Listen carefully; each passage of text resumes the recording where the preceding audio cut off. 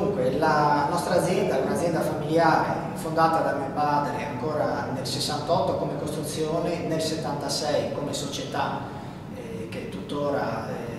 va avanti sempre meglio. Il 76 è stato un anno molto triste per il Friuli perché è stato l'anno del terremoto, però anche l'anno in cui noi siamo nati e da cui siamo partiti, si può dire, perché quello è stato proprio il nostro inizio.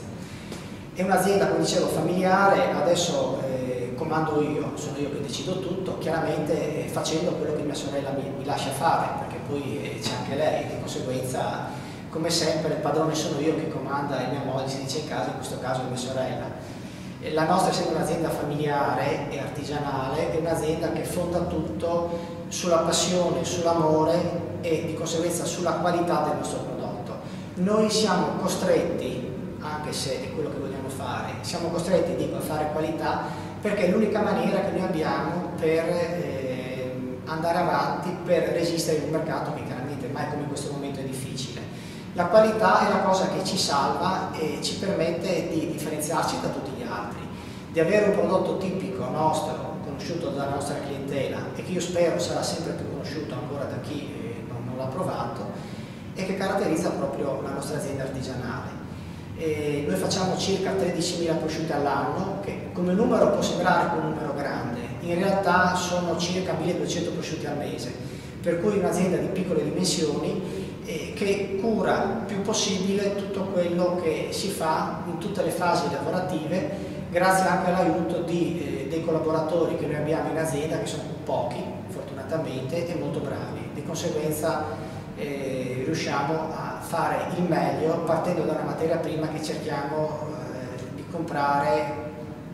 quella che è la più alta qualità delle cose fresche. All'ingresso della mia azienda c'è quella che è un po' la mia filosofia, nel senso che c'è scritto che due cose a me nessuno mi deve chiedere: i prosciutti magri e gli sconti, e in questo è un po' racchiuso tutto quello che noi facciamo. Gli sconti perché un prosciutto di valore come quello che facciamo noi, in cui c'è l'impegno, la saggezza, la storia, è una materia prima che costa anche cara, noi quando la compriamo non può costare poco, per cui c'è riconoscimento a tutto il nostro lavoro e il lavoro che fanno anche i nostri collaboratori. E poi non può esserci un prosciutto che costa caro, un prosciutto di valore magro, di conseguenza il grasso anche serve per avere un prosciutto che sia buono, sia un gran San Daniele e che appunto porti alta la bandiera del San Daniele in giro per il mondo.